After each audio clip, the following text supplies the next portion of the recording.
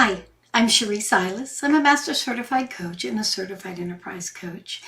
And the focus of my work is helping Scrum Masters, Agile coaches, and organizational coaches to develop their coaching skills so that they can impact their clients in a stronger way. When I'm teaching professional coaching, one of the things that I bring in as a knowledge area and a skill is the ability for the coach to remain neutral. However, what I've noticed is that multiple times I've seen people misunderstand what neutrality means in coaching. So when you're working with a client as the coach, neutrality means that you are not making decisions for the client. You're not judging whether their decisions are good or they're bad. You're staying neutral to the outcomes that the client wants to achieve and the methods that they use to achieve that. You're staying neutral to how they define success.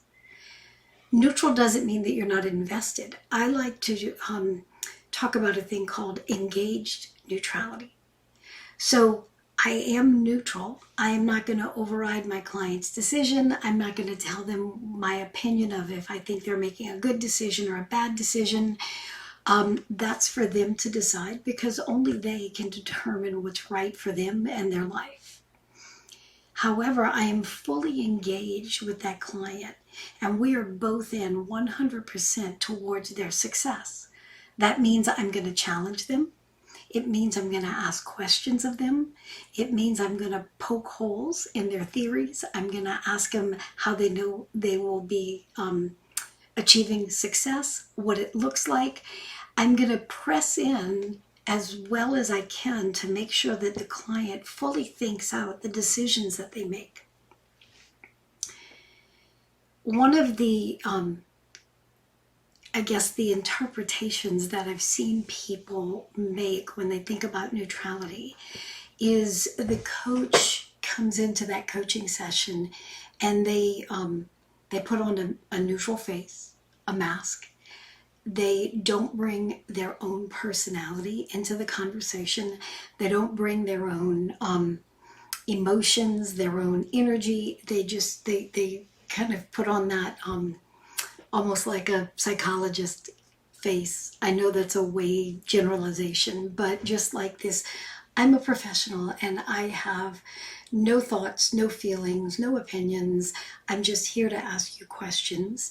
And so what that does is when the client is going up in energy and they're putting in a bunch of emotion and they're swinging back and forth in the way that they're communicating. Their voice is rising, their tempo is rising, the speed, they're formulating words, all that is changing. Maybe they slow down and they get thoughtful. And so when the coach just stays in this steady monotone voice, that's not engagement. The client needs the coach's full engagement. One, to have rapport. Two, to experience trust and vulnerability. And then also to be able to have a reflection of themselves. So if I'm working with a client and they're getting wound up or frustrated and their voice is raising, maybe they're sitting up higher in their chair or they're starting to talk faster, they're beginning to show some emotion, maybe frustration or anger or whatever in their voice, I'm not going to just talk like this and ask them questions.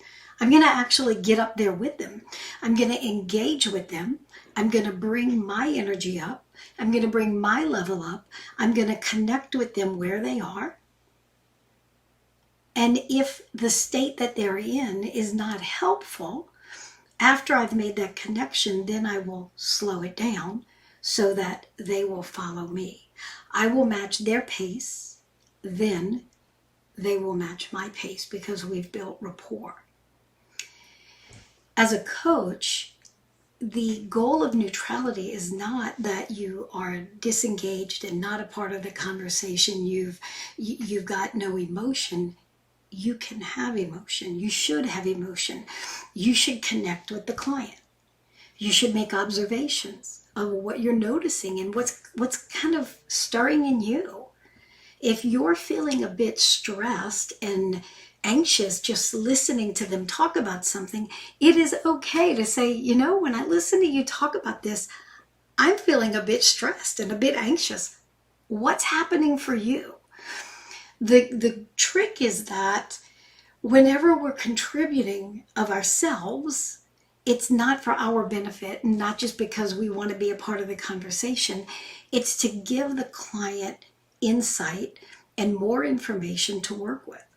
So if we pull in systems thinking, if I'm feeling a bit anxious, then it's likely that that's just a part of what's in the system. So the client is likely feeling anxious too. Sometimes it can be really powerful to be able to bring those emotions in. I've worked with clients before that maybe they're talking about the way they're interacting with other people, and they're kind of complaining about, you know, they don't understand me, or they don't like me, or whatever the case is. And if my interactions with the client can give them insight to what other people are experiencing with them, then I'll bring that in. And I'll say something like, well, first I'll get permission to give an observation, but my observation might sound a bit like, I hear you talking about the way that you're interacting with your teammates and their response to you. And what I've noticed in my interactions with you is that you tend to be pretty straightforward, just cut to the chase. You jump into these meetings and you're like, this is what we're going to talk about, without any, I guess, personable type of interaction. If you're interacting with your staff like that, what impact do you think it's having? Right, so I'm bringing in my experience of this person, but it's for their benefit. It's not so I can correct them and tell them you shouldn't be doing that, you should be doing this. It's here's the facts, here's what I've noticed, and what do you want to do with that information? Maybe they're totally fine with it. Maybe they don't get any new insights from that. That's okay. My observation isn't to override what the client believes or what they know. It's to add more information into the pool for the client to work with. So what I recommend is bring yourself in. The client, they reached out to you. They decided to be your client. They selected you as a coach because they like your personality, because you are somebody they feel safe with. You're somebody who they feel like they can interact with and grow with. So don't leave your personality at the door when you come into a coaching session. Bring yourself. Be yourself. Just, if you're a funny person, then be funny. If you're a straight and narrow person, be straight and narrow. But don't put on your coach face and come into the conversation and be someone completely different than the person they met when they decided to select you as a coach. It's okay to be yourself. That's who your client resonates with.